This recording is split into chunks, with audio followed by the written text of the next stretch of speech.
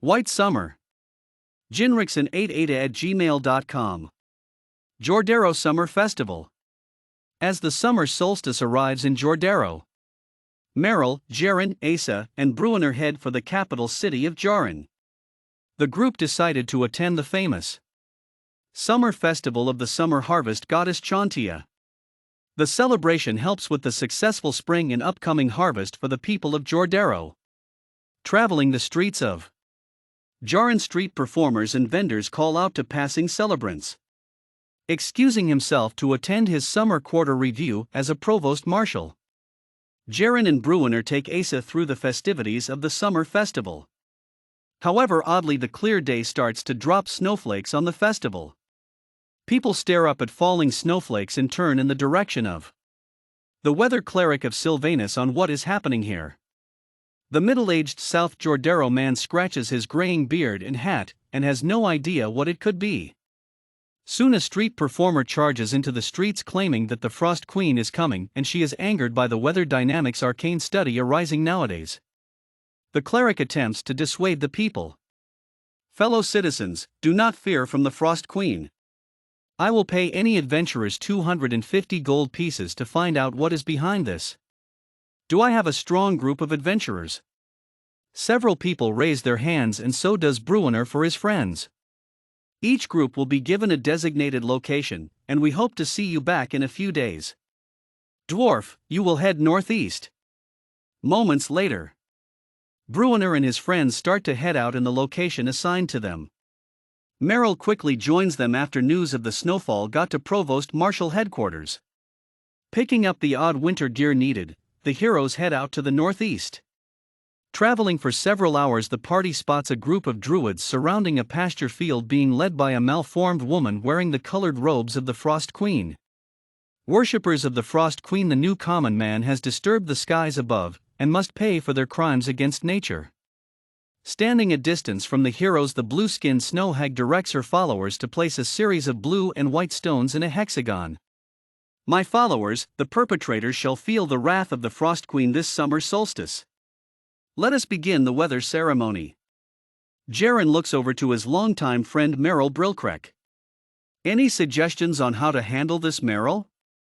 Merrill watches as the followers begin to walk forward, mumbling a few words as the blue-white stones begin to glow on and off. Counting the number of followers of the snow hag. If my knowledge is correct, agree or disagree with me. Asa, those stones serve as a control weather type of device, and with the right words can change the weather patterns. Is that right, Asa? Asa mumbles a few words, trying to decipher her husband's knowledge concerning the stones. It is correct, my love, and for it to work it's entirely the weather needs to stay clear. This snow hag appears to be a druid, and the stones seem to enhance the spells and its potency. Bruiner speaks, so we have two choices: one, darken the skies, which are limited, or destroy stones. I go with destroying stones. Jaron looks over to his sister-in-law. Asa, can you create some kind of anti-magic spell that could contain the situation? I could, but it would take a lot out of me and less. Bruiner, how much do you think one of those rocks is? Magic stones are based on their condition. From what I see, it could maybe between 350 GP to 500 GP, but I am not a magic stone gem cutter. Why? I see what Asa is saying, Bruiner. If we can get a hold of at least 3 stones, maybe we can get her scroll with an anti-magic spell. I like it. Comments Merrill. If that works, Merrill, how do you suggest we get close enough to steal them? Comments Jaron.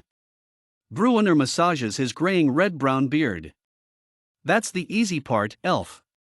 Bruiner reaches into his belt and pulls up 3 bottles in his gloved hands. I only got 3 potions of stealth, but I am sure Merrill wants to hold back. Fair enough, dwarf. I will be your cover while you snag some stones. Merrill raises his mace and adjusts his religious medallion. If things go sour, Asa, you know what to do. Trust me, lover, everything will be good. Let's hit it, boys. The trio sips their stealth potion and slips behind the druids, who are having trouble releasing their rocks into the hexagon. The snow hag continues her religious zealot chant. Frost Queen, I serenade your humble servant, demands we bring back the frosty weathers that plague our lands years ago. Step forth. through your skies and accept this token of worship. Moments later, the heroes come up behind the struggling druids. Bruenor grabs one of three standing behind the snow huggii. The druid struggles but is quickly subdued by Bruenor, who drags him away from the hexagon altar. Mumbling a few words, Asa displays the druids, who are taken from behind by Jaren and Bruenor. Holding his position, Merrill quickly prepares to strike any druids who seem suspicious of their friends. Moving quickly, Jaren and Bruenor take the remaining stones and walk through a portal set up by Asa in the deeper woods as the snow starts to blow harder and drops quickly. The breath of the heroes is quickly appeared like frosty steam. Jaren and Bruenor quickly return carrying a scroll they hand off to Asa, who is making her illusions move like puppets. Reviewing the scroll, the puppet illusion begins to disappear. The mix of druids points out to their high druid, who turns and sees the heroes zipping off a quarry of arrows at some of the druids. Bruenor charges the others with his warhammer axe. Merrill pushes his way from the shrubbery, charging the snow hag with his mace of smiting. You will pay for interfering with my plans, heroes. Serenade raises her fist and releases a sleet storm on the heroes, who struggle in the advancing sleet storm. Asa releases the spell on the scroll into the air, as the sleet storm starts to surround everyone within the hexagon altar. Asa yells over to Merrill. Merrill, use some of your fire divine spells. The hag is vulnerable to fire. Do it now while I have the weather storm contained in the hexagon. Do it, lover, or no dessert from me tonight. Merrill acknowledges his wife and releases a series of divine fire spells on the snow hag. Starting off with small flames, he then strikes the ground with his mace, and a bright orange fiery flame strikes the snow hag. "No!" screams the snow hag in burning third-degree burns from fire strike. The fire burns 30% of her body, release a storm of steam and mist from her. She vanishes into a portal that is quickly opened with Asa and her free hand, sending the snow hag into a magical ice prison built the Kapaka people and the mage Lander. The remaining druids flee, casting into their wild animal forms and fleeing back in the surrounding deep woods. Finishing their opponents, Jaren and Bruenor gather up the remaining blue-white stones and placing them in a box taken out by Bruenor in his backpack of holding. Asa joins her friends but is drained from her spellcasting. She collapses into Merrill's hands as he gives her a potion of vitality to bring her strength back. Asa looks up at her husband and kisses him as the skies return to early summer solstice. Epilogue. Asa, since you have not been to Janran, where did you send Jaren and Bruenor to get that scroll that drained you? Merrill helps her to a log on the perimeter of the hexagon altar. I sent them to Master Lander and his library. It was there I was sure the boys could find something to help out with that snow huggii. He also has been training me in some arcane combat arts and more facts about my new home here in Jordero. But how did you know Lander would have been helpful? Jaren speaks up to Merrill for Asa. I can offer that answer, my brother in arms. Master Lander is a Kalimshan elementalist, and he Bruenor, and I play Kalimshan poker and Keno with him twice a moon.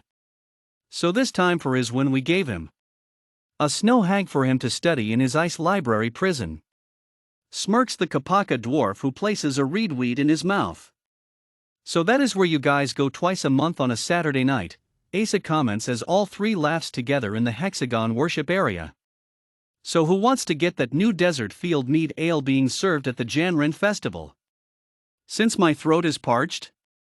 Inquires Bruenor to the others. I'm in Bruenor, but I need to let the judiciary know about the druids who were in league with that snow hag. I'll meet you guys after I check in and get my wife to the Soon Temple to heal her up. Asa smiles at the others. First rounds are on me after the Soon clerics help me out. The heroes head back to Janran after their tiring battle and await again future missions to help protect the good people of Jordero. The end.